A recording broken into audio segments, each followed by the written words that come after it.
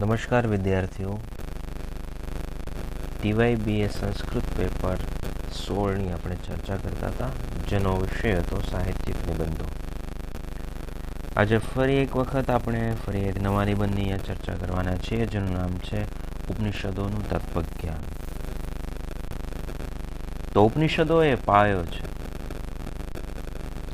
ઉપનિષદોના પાયા ઉપર જ ભારતના પાછળના દર્શનો ને ધર્મની ઇમારત રચાઈ છે. એક અંગ્રેજ વિવેચક બ્લૂમફિલ્ડ જાણે એમાં સૂર પુરાવતા હોય તેમ કહે છે કે હિન્દુ તત્વચિંતનની કોઈ પણ મહત્વની શાખા, પછી એ વૈદિક હોય, અવૈદિક હોય અથવા તો બૌદ્ધ દર્શન પણ કેમ ન હોય, એમાં એક પણ શાખા એવી નથી કે જેના મૂળ ઉપનિષદોમાં ના હોય. ડાયસન ઉપનિષદ વિશે લખે છે કે એમાં જે ગૂઢ અર્થ છે અને એનું જે મહત્વ છે તે ઉપનિષદો, તેનો રચનાકાર ને તેમનો દેશ એ સર્વને વટાવીને તે ઘણે દૂર સુધી પહોંચે છે. ભવિષ્યનું તત્વજ્ઞાન ભલે ગમે તેટલા નવા અને અવાવરું ચીલા પાડે, તો પણ ઉપનિષદોનો આ સિદ્ધાંત કાયમને માટે અવિચળ રહેવાનો છે. એમાંથી તે જરાય ખસી શકવાનું નથી. આવા ભારે સ્તુતિ વચનો સામે ગોફ જેવા ટીકાકારો આ બુદ્ધિએ નિપજાવેલી નરી પોકળ કલ્પના છે, એમાં આત્મજ્ઞાન જેવું કશું છે જ નહીં, અને ભારતીય માનસમાં આથી ઊંચે ઉડવાની શક્તિ જ નહોતી, એવી આકરી ટીકા પણ કરી છે. અક્કલ વગરની વાતો ગણીને તિરસ્કારે છે. પરંતુ વસ્તુતઃ ઉપનિષદોમાં ભારત વર્ષનું અતિ ઉચ્ચ અને અતિ શુદ્ધ તત્વચિંતન છે,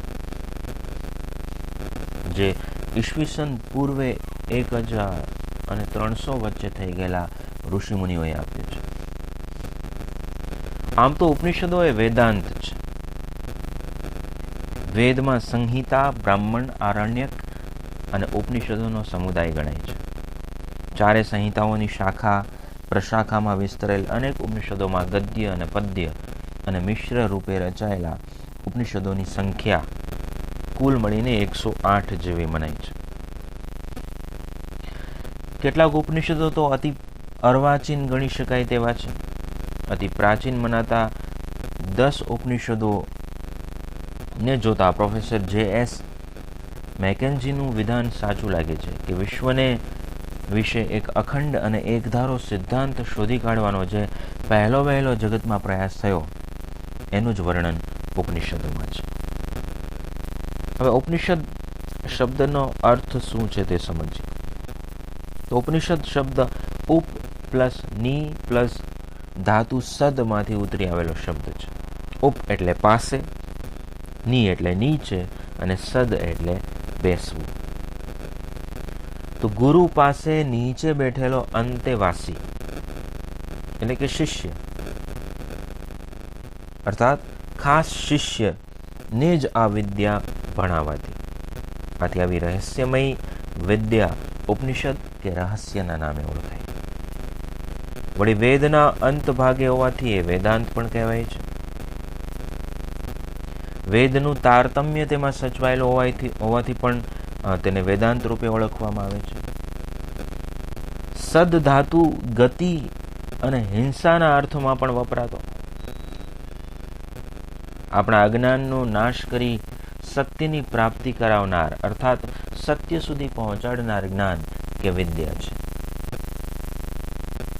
તૈત્તરીય ઉપનિષદ પરની પ્રસ્તાવનામાં શંકરાચાર્ય લખે છે કે ઉપનિષદ શબ્દનો અર્થ વિદ્યા કરવામાં આવે છે, કેમ કે જે માણસો તેનું સેવન કરે છે તેમના ગર્ભ, જન્મ અને જરા વગેરેને તે છેદી નાખે છે, અથવા તો તેનો નાશ કરે છે, અથવા એને વિદ્યા કહે છે, કેમ કે તે બ્રહ્મની પાસે લઈ જાય છે, યા તો તેનામાં પરમ શ્રેય રહેલું છે. ગ્રંથ એ વિદ્યાને માટે છે, એટલા માટે ગ્રંથ પણ ઉપનિષદ કહેવાય છે. હવે વાત કરીએ ઉપનિષદમાં કયા વિષયની ચર્ચા કરવામાં આવી છે? તો ઉપનિષદોમાં સત્ય, પરમાત્મા, સૃષ્ટિ એટલે કે જગત અને જીવ વિષયક પ્રશ્નોની ચર્ચા છે. અર્થાત જીવ, જગત અને ઈશ્વરને લગતા પ્રશ્નો અને એના ઉત્તરો. બધાનું લક્ષ્ય તો દાર્શનિક સત્ય શોધી કાઢવાનું છે. એના કરતાં પણ મનુષ્યના આતુર આત્માને શાંતિ અને મુક્તિ આપવાનું છે. આવા ઉપનિષદોમાં પ્રાચીન ગદ્યાત્મક ઉપનિષદો શુદ્ધ તત્વચિંતનથી સભર છે, તો પાછળના પદ્યાત્મક ઉપનિષદો ઉપાસના અને ભક્તિ તરફ વિશેષ ઢળેલા છે. આવા ઉપનિષદોમાં છાંદોગ્ય, બૃહદારણ્યક, તૈત્તિરીય, ઐતરેય, કૌશિતકી, કેન, ઈશ એટલે કે ઈશોપનિષદ, કઠોપનિષદ, મુંડકોપનિષદ, મૈત્રાયણી જેવા ઉપનિષદો વધુ મહત્વના મનાયેલા છે.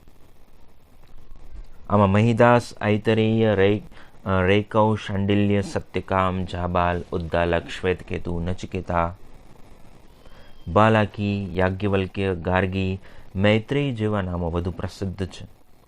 આવા ઉપનિષદોને પ્રસ્થાન ત્રયમાં સ્થાન આપવામાં આવ્યું છે. પ્રસ્થાન ત્રયમાં અગાઉ આપણે ચર્ચા કરી લીધી છે કે બ્રહ્મસૂત્ર, ગીતા અને ઉપનિષદો એ ત્રણને પ્રસ્થાન ત્રય કહેવાય છે. ઋગ્વેદના સૂક્તમાં દેવદેવીઓ વિશેની સાદી અને સરળ શ્રદ્ધા હતી. તેણે બ્રાહ્મણોમાં જટિલ કર્મકાંડને મહત્વ આપ્યું. સૂક્તોમાંની બધા પાછળ એકમ સદ્વિપ્રા બહુધા વદંતીની ભાવના બ્રાહ્મણોમાં ક્રિયાકાંડમાં જટિલ બની. ઉપનિષદોમાં એ જ ભાવના યાજ્ઞવલ્ક્ય સાથેના પ્રશ્નોત્તર, પ્રજાપતિ અને ઇન્દ્ર, અશ્વપતિ અને ઉદ્દાલકના સંવાદમાં પુનર્જીવિત થતી જોઈ શકીએ છીએ. ઉપનિષદો નિરાશાના પ્રોત્સાહક નથી. ઉપનિષદોમાં દુઃખ અને થાકની લાગણી કરતા ચિંતનની સાહસ વૃત્તિ વધુ ભરેલી છે. જીવન દુઃખમય છે અને જન્મ મરણની ઘટમાળમાં સપડાયું છે એવા વિધાનો ઉપનિષદોમાં બહુ ઓછા મળે છે. અસ્ય મહતો ભૂતસ્ય નિશ્વસિતમ. જગતમાં બધું જ હોવા છતાં દરેક બુદ્ધિવાદીને દુન્યવી બાબતો પ્રતિ અણગમો કે અસંતોષ જાગતા પ્રશ્ન થાય કે કેને શિતમ મનઃ પ્રૈતિ, મનને પ્રસન્ન શેના દ્વારા કરી શકાય? જગતમાં આટલું બધું છે, જગત કેટલા બધા સાધનોથી સભર છે. તમારી પાસે કાર છે, બંગલો છે, પૈસા છે, ધન દોલત છે, પરિવાર છે, આ બધું જ છે. છતાં પણ મન ક્યારેક અપ્રસન્ન છે. તો કેનિશિતમ મનઃ પ્રૈતિ, મન શેનાથી પ્રસન્ન થાય? અને આવા પ્રશ્નનો જ્યારે ઉકેલ ન મળે ત્યારે એક શ્રોત્રિય બ્રહ્મનિષ્ઠ શિષ્ય પોતાના ગુરુ પાસે બે હાથ જોડી નમસ્કાર કરી સમતપાણી થઈ અને પ્રશ્ન પૂછે છે. શું પૂછે છે? કસ્મિન્નું ભગવો વિજ્ઞાતે સર્વમિદમ વિજ્ઞાતમ ભવતી. હે ગુરુવર, એવું કયું જ્ઞાન છે કે જેને પ્રાપ્ત કરી લીધા પછી બીજું કોઈ જ્ઞાન પ્રાપ્ત કરવાની જરૂર રહેતી નથી? બધું જ જાણી લેવાય એવું જ્ઞાન કયું છે?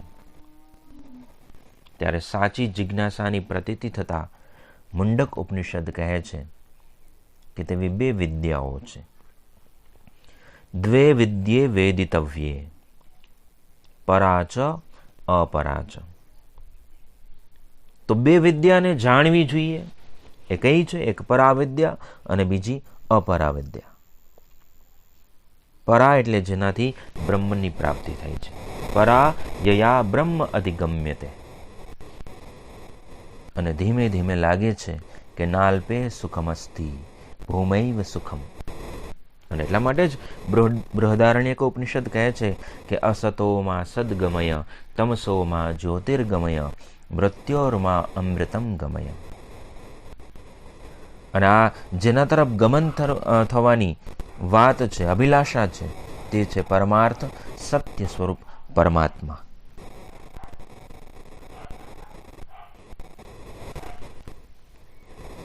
તો પરમાત્મા તરફ જવાની છે, અસત્યથી સત્ય તરફ ગતિ કરવાની છે, અંધકારથી જ્યોતિ તરફ અને મૃત્યુથી અમૃતત્વ તરફ. તો આ સત્ય, આ જ્યોતિ અને અમૃત એટલે જ પરમાત્મા સ્વરૂપ પરમાત્મા. ઉપનિષદોમાં કેવળ નિર્ગુણ બ્રહ્મવાદ નથી. ઈશોપનિષદ વ્યક્ત અને અવ્યક્ત બંને રીતે ઉપાસ્ય છે. બ્રહ્મ અગણિત અપરિમિત પદાર્થોના વિભિન્ન સ્વરૂપો ધારણ કરે છે. તેથી તો તૈત્તરીયનું સત્યમ જ્ઞાનમ અનંતમ બ્રહ્મ જેટલું સત્ય છે એટલું જ નિત્ય અનિત્ય નિર્ગુણ સગુણ જ્ઞાન પ્રેમ સૌંદર્યનું ઐક્ય છે. અને આને વર્ણવવા માટે નેતિ નેતિ સૂત્ર અપનાવ્યા સિવાય કોઈ આરો નથી. કેમ કે બ્રહ્મનો અનુભવ માત્ર અપરોક્ષ થઈ શકે છે. બુદ્ધિ એને પકડી શકતી નથી, એટલે બુદ્ધિમાનોને ઈશ્વર સમજાતા નથી. અને એટલા માટે ઈશ્વરનો ભક્ત પણ બુદ્ધિમાનોની સમજમાં નથી આવતો. અને જો સમજમાં આવી જાય તો એ ભક્ત ના હોય. કેમ કે બુદ્ધિ છે એ પ્રતીકો, સૂત્રો, મતાગ્રહો વગેરેને લીધે મર્યાદિત છે. એટલે ઈશ્વર બુદ્ધિથી પર છે. એટલા માટે કહેવાયું બુદ્ધેસ્તુ પરતઃ સહ. અને એને પામવાનો પ્રયત્ન વાણી અને મનની નિષ્ફળતામાં છે. જ્યાં વાણી પાછી ફરી જાય, મન જેને પ્રાપ્ત ન કરી શકે. યતો વાચો નિવર્તન્તે અપ્રાપ્ય મનસા સહ. કેનોપનિષદ આથી તો કહે છે કે ન તત્ર ચક્ષુર ગચ્છતિ ન વાગ ગચ્છતિ નો મનો. એ બ્રહ્મ સુધી, એ ઈશ્વર સુધી આપણી આંખો, આપણી વાણી કે આપણું મન પહોંચી શકતું નથી. એટલે જ ગીતામાં શ્રી કૃષ્ણ કહે છે ન તદ્ભાસયતે સૂર્યો ન શશાંકો ન પાવક યદ ગત્વા ન નિવર્તન્તે તદ્ધામમ પરમમ મમ. ત્યાં સૂર્ય કે ચંદ્રની પણ ગતિ નથી. તે ત્યાં પહોંચી શકતા નથી, ત્યાં પ્રકાશતા નથી. તેથી તો વિદ્મો ન વિજાનીમો. તો બ્રહ્મ ને જેને તું બ્રહ્મ સમજે છે તે બ્રહ્મ છે નહીં. આંખો કે કાનની પ્રવૃત્તિથી કે વાણીથી કે મનથી બ્રહ્મ સુધી પહોંચી શકાતું નથી. ખરેખર તો આંખો એ બ્રહ્મને જોઈ શકતી જ નથી, પણ આપણી આંખો એ બ્રહ્મને કારણે આ જગતને જોઈ શકે છે. યેન ચક્ષુંષા ન પશ્યતિ ચક્ષુંષી યેન પશ્યતિ તદૈવ બ્રહ્મત્વમ વિદ્ધિ નેદમ યદિદમ ઉપાસતે. જેને આંખોથી જોઈ શકાતો નથી, પરંતુ આપણી આંખ જેના કારણે જોઈ શકે છે તેને તું બ્રહ્મ જાણ. તું જેની ઉપાસના કરે છે તે બ્રહ્મ નથી, એવું તારતમ્ય આપે છે.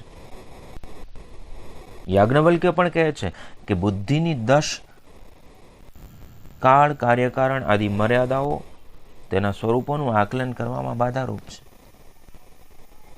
કેમ કે આત્માને બુદ્ધિથી કે બહુ બધા પ્રવચનો સાંભળી લેવાથી પ્રાપ્ત કરી શકાતો નથી. નાયમ આત્મા પ્રવચને લભ્યો ન મેધયા ન બહુના શ્રુતેન યમે વૈશ વૃણુતે તેન લભ્ય તેન અયમ વિવૃણુતે તનુ સ્વામ. એટલે આત્મા પ્રવચનોથી પ્રાપ્ત થતો નથી, એ મેધાથી પણ નહીં, બહુ બધા જ્ઞાનથી પણ નહીં. એ આત્મા જેને પસંદ કરે છે તેની સામે જ પોતાના સ્વરૂપને પ્રગટ કરે છે. રાજા બાષ્કલી બાધ્વને મૌન ઉપદેશ આપીને સમજાવે છે. ગુરૌસ્તુ મૌનમ વ્યાખ્યાનમ શિષ્યાસ્તુ છિન્ન સંશયા. તો એ બ્રહ્મની અનિર્વચનીયતા દર્શાવે છે. નેતિ નેતિ અભાવાત્મક પ્રયત્ન ભાવાત્મક વર્ણનોની અધૂરું બતાવે છે.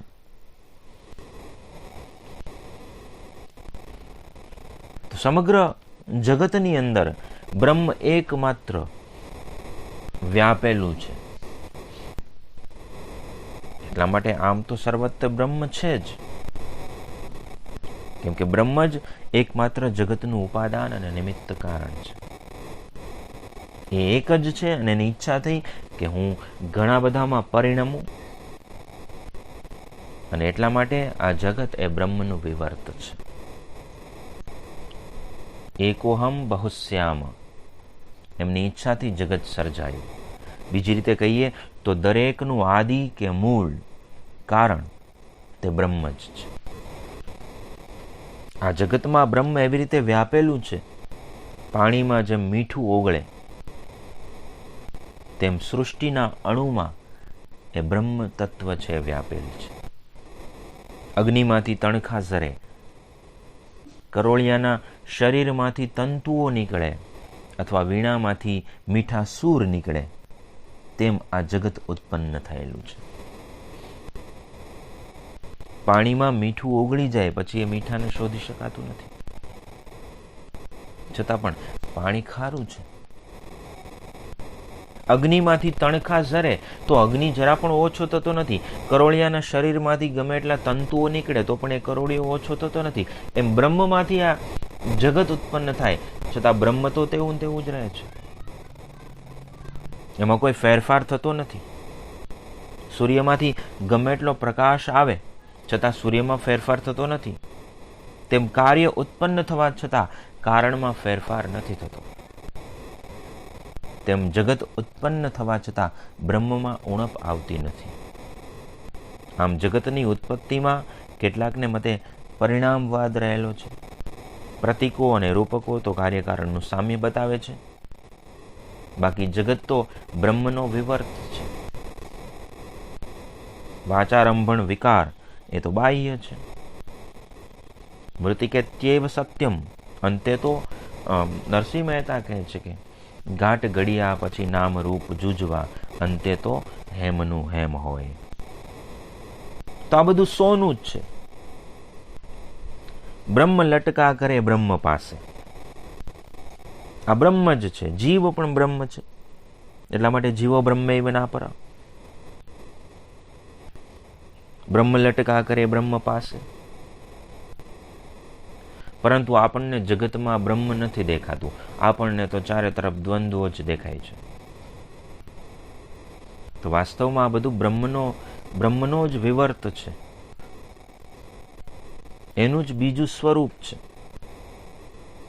જગત આભાસ રૂપ છે. વસ્તુતઃ તો તેહ નાના હકિંચન, નાનાત્વ એટલે કે જુદા જુદાપણું ને એકત્વના એક સાથે અસ્તિત્વને સિદ્ધ કરવા શંકરાચાર્યએ માયાનો આશ્રય લીધો.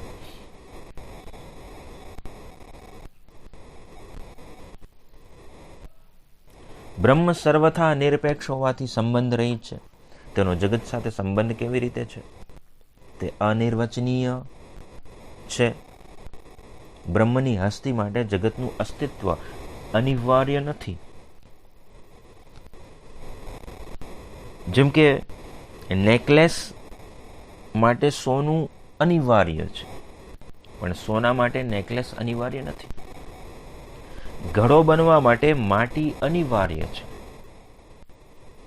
પણ માટીને હોવા માટે ઘડો અનિવાર્ય નથી. ઘડો ના હોય તો પણ માટી તો છે જ. નેકલેસ ના હોય તો પણ સોનું તો છે જ. નેકલેસને બનવા માટે સોનું જરૂરી છે, ઘડાને બનવા માટે માટી જરૂરી છે.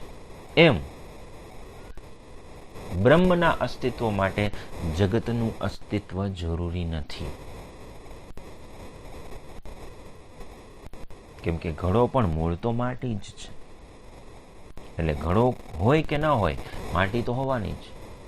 એવી જ રીતે આ જગત હોય કે ના હોય, બ્રહ્મ તત્વ તો હોવાનું છે.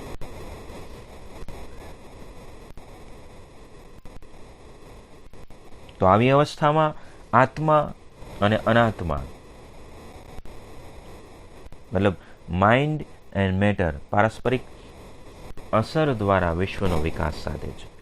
જીવ માત્રમાં આથી પ્રવૃત્તિની ક્રિયાશક્તિ રહેલી છે, અને આ જ અર્થમાં માયા બ્રહ્મમાં સદા અપ્રગટ રૂપે છે. ભક્તો એ જ માયાને રાધા તરીકે ઓળખે છે, જે ઈશ્વરથી અલગ નથી, સદા ઈશ્વરની અંદર રહે છે. તો ઉપનિષદોમાં બ્રહ્મ વિશે દ્વૈત નથી, અદ્વૈત છે. અર્થાત જગત, જીવ, બ્રહ્મ આ બધું એક જ છે, એ કોઈ અલગ અલગ નથી. ઉપનિષદોના કેટલાક વિવેચકોના મતે માયા એ તો જગતનો પ્રતિભાસ અથવા ઇન્દ્રજાલ છે, જાદુ છે. ડાયસન માને છે કે બ્રહ્મ એકલું જ સાચું છે, જગત જેવું કંઈ નથી. તે તો બ્રહ્મનો પડછાયો છે. સર્વમ ખલ્વેદમ બ્રહ્મ. તો આ જગત છે એ બ્રહ્મનો પડછાયો છે. સૂર્યની સામે તમે ઊભા રહો તો તમારી પાછળની બાજુ પડછાયો પડે. એ પડછાયો એટલે જગત. રાત્રે સૂર્ય ન હોય ત્યારે પડછાયો નથી, એનો મતલબ એવો નથી કે તમે પણ નથી. તો પડછાયાના હોવા માટે તમે જરૂરી છો, તમારા હોવા માટે પડછાયો જરૂરી નથી. એવું જ આ જગત અને બ્રહ્મનું છે. એટલા માટે સર્વમ ખલ્વિદમ બ્રહ્મ એ વચન ઉપરથી આ તો તારવેલું અનુમાન છે. તે પોતે જ કહે છે ઉપનિષદોના મૂળભૂત વિચાર તો કેવળ આત્માની હસ્તી સ્વીકારવાનો છે.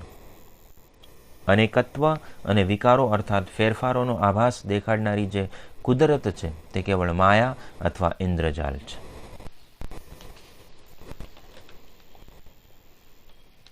ઉપનિષદોના સિદ્ધાંતને